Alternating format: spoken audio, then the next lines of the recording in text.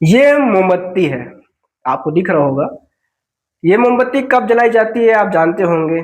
कभी लाइट चली जाए या फिर किसी गांव एरिया में बिजली नहीं है, उस समय ये मोमबत्ती जलाई जाती है। ये तो आप सभी को पता होगा। लेकिन क्या आपको ये पता है एक शहर में एक साथ या फिर एक राज्य में एक साथ मोमबत्ती कब जलाई जाती है? नहीं पता होगा। मैं बताता हूँ।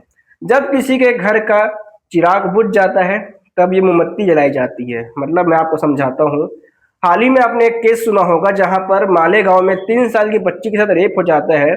उसके बाद और भी कई केसेस सुने होंगे जहां पर 3 साल की बच्ची, 6 साल की बच्ची या फिर बालिग, गैंग रेप, नाबालिग, हर प्रकार के जो रेप होते हैं सब कर दिया जाता है। उसके बाद जो जनता है वो यही कैंडल, यही मोमबत्ती लेकर सड़क पर उतरती है और जस्टिस मांगती है।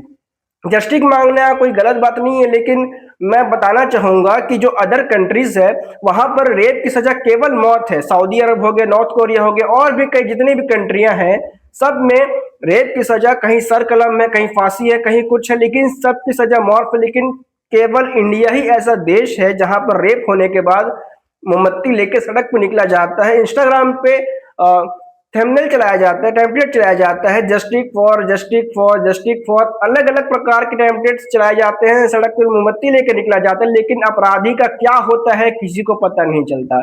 कई अपराधी अभी भी घूम रहे हैं खुले हुए, जो कि किसी न किसी रेप केस में अंदर गए हैं, किसी सामूहिक बलात्कार करने में अंदर गए हैं, लेकिन वो आज सम्मान तरीके से बाहर निकल घूम रहे हैं, जिसका डाटा आपको इंटरनेट पर मिल जाएगा। लेकिन बड़ी बात यह है, जो मोमबत्तियां लेके निकलते हैं ये अच्छी बात है, जस्टिस मांगना चाहिए, लोगों को एक होना चाहिए, लेकिन रेप करने वालों, बलात्कारियों को सजा क्यों नहीं? देश में एक रात में बहुत कुछ चीजें हो जाती है, बहुत कुछ बड़े बड़े चीजें हो जाती है, नोटबंदी जैसे, पूरा शहर को चमका दिया जाता है। हर प्रकार की चीजें एक रात में पॉसिबल है हमारे देश के अंदर, लेकिन पता नहीं जो बलात्कारी होते हैं इनको कौन सी राजनीतिक संरक्षण मिलती है जो इनको सजा नहीं मिल पाती।